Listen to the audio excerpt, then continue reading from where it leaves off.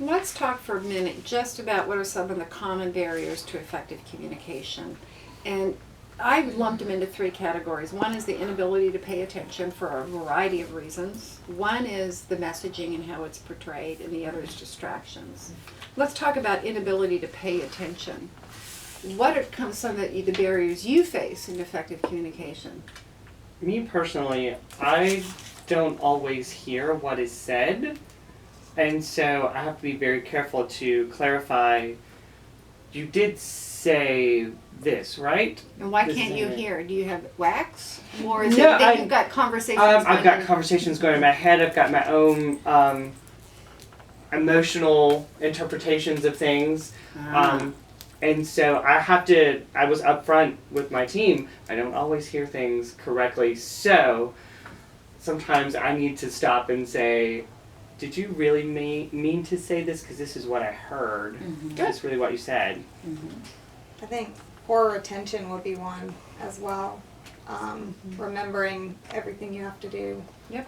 And remembering what so-and-so told you to do as well. As you become familiar with people, do you make more assumptions about what they're going to say? Most definitely, or what they're going through. Yeah. You come in already deciding of what it is that their issue is. When in actuality you don't necessarily know Well, I'm unless you ask usually the right. question. So. Right. Yeah, right. Me too, Paula. Yeah. And what about in messaging? How does messaging affect communications? You know, the one that always stuns me is semantics. I'm always Yeah. so tickled with how we interpret Yeah. different words. The same word different ways. Yeah. Oh, yes. And that's why I don't like words like communication or passive aggressive. Like, it's so many filters it goes through. Labeling is very dangerous in our environment. That's true. What about with you? What are some others in our multicultural environment? Mixed messaging, I think. Hearing the same message from one person, I can react differently than hearing it from another person. The exact same thing. The exact same wording. You know, What's the difference?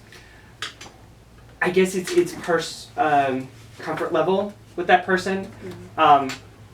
If, say for example, Mr. Nelson were to come up and say, hey man, you dropped the ball on XYZ. And then another teacher who I don't know very well comes up and says, hey man, you dropped the ball on X, Y, and Z. Automatically, I get defensive and I'm like, you don't know me. Right. You don't even say hello to me in the hall. What? What are you who are you? Let me tell you what I saw you doing. Right. Because you don't have trust.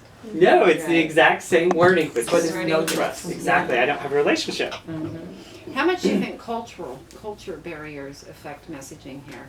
It's huge. Absolutely. Definitely. It's huge. And it's just as much the responsibility of the rest of the team who has somebody who has either a language barrier or cultural background that differs from possibly the majority of the group to be aware of that and to help bridge that. It's not all on that person to just adapt to what we've considered the norm.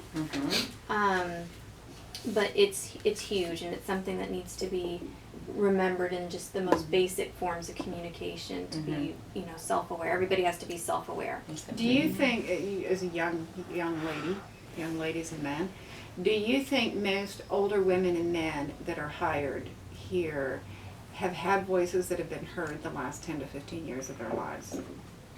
Probably not. Right. And how does that affect their communication? It makes them more reluctant to So speak stop up. talking. In especially around conflict or times where they really need to advocate or stand up for themselves, and the rest of the team has no problem putting in their 2 cents to either defend what they're doing or to explain, and then those people have a tendency to shut down. Right. And then They've got to find their voices. Yeah. Right. Right. Because they've not been heard so often that they've decided that Just it's get not used worth to the it. effort. Right. Yeah. Right. And people, when they think of when we think of cultural differences, we think of different countries. But someone coming in at 22 has such different life experiences than someone at 40 and 50, especially if they've been in public schools that have had principals who didn't want to hear what the staff had to say. We have to almost rebuild those people's their belief systems. And even as how people were raised in their own families. Yes. Yeah. Oh, yeah. Most How definitely. open you are. Right. Mm-hmm. How much your family communicated. Yeah. And what about distractions? Do that ever affect? Oh my Yes. goodness. Oh, you're in an infant Yes, room. In the infant room, absolutely. Right. There can be days if it's just too crazy, if we're just like on level 12 as far as like chaos and somebody comes in and tries to pass on a quick messaging or hey, we need you to really work on this right now, and it's system overload. I can't even deal with that right now because it is so major in here and I don't understand why you can't see it. It feels Yeah. like painting a house that's on fire. Yeah. Mm-hmm. Yeah. And one of the things I'd say where mixed messaging comes in sometimes in the admin staff, when you come in my office or Deborah's office and we're typing and talking to you, are we really listening? No. No. Or what should you say? I When is need it you to listen Yeah. to me. When is a better time? bingo? Because some of that's a discipline issue. Some of that is they're trying to get something That whole done, Right, multitasking, you right, think we right. can do 10 things at the same time. and we can't. And give them an Sometimes, yeah. equal attention. Yeah. Right.